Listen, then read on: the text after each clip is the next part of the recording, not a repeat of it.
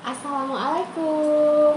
Halo peneliti sahabat Arena, kembali lagi bersama saya Niza, konsultan Arena Statistik.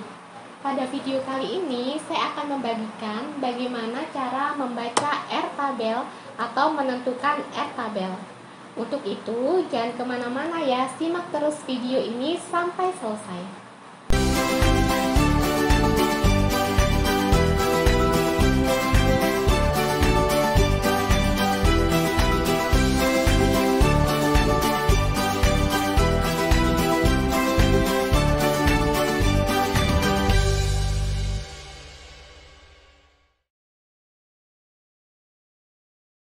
Bagi peneliti sahabat Arena yang penelitiannya menggunakan kuesioner, pasti tidak asing lagi ya dengan istilah uji validitas.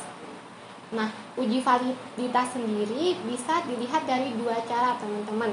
Untuk cara yang pertama, kalian bisa melihat dari koefisien korelasinya yang mana nanti akan dibandingkan dengan R-tabel. Dengan kriteria ketika koefisien korelasinya lebih besar daripada R-tabel, maka instrumen dinyatakan valid atau mampu merepresentasikan variabel. Untuk cara yang kedua, kalian bisa melihat dari nilai probabilitas yang mana nantinya akan dibandingkan dengan alfa. Bagi teman-teman yang menggunakan alfa 5%, bisa dibandingkan nilai probabilitasnya ketika kurang dari 0,05, maka instrumen penelitian dinyatakan valid atau bisa mengukur variabel.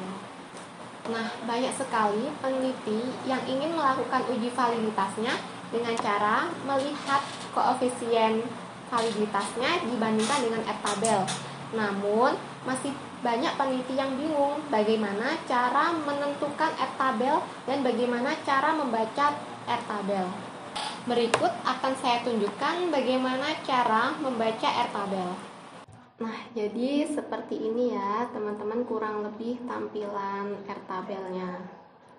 R-tabel sendiri bisa kalian lihat di belakang buku statistika atau juga bisa kalian cari di internet.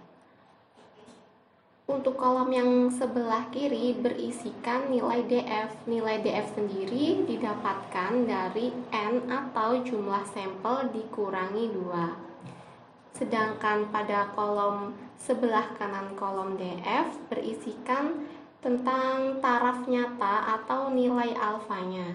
Di sini saya contohkan dengan menggunakan alfa 10%, 5%, dan 1%. Untuk cara membacanya sendiri seperti ini.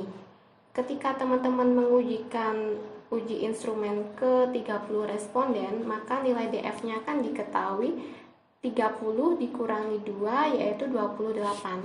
Dicari aja ke bawah nilai DF 28 seperti ini. Kemudian cara melihat berapa nilai R-tabelnya bisa dilihat ke sebelah kanannya dengan disesuaikan menggunakan alfanya berapa. Misalkan teman-teman menggunakan alfa 10%, maka nilai R-tabelnya 0,306. Dan ketika teman-teman menggunakan alfa 5%, maka nilai R-tabelnya 0,361. Dan jika menggunakan alfa 1%, nilai R-tabelnya 0,463. Jadi semakin kecil alfanya, maka nilai R-tabelnya akan semakin besar, seperti itu. Oke, saya bisa contohkan lagi. Misalkan teman-teman menggunakan responden sebanyak 50 orang, maka nilai DF-nya 50 dikurangi 2. Langsung dicari aja nilai DF ke 48.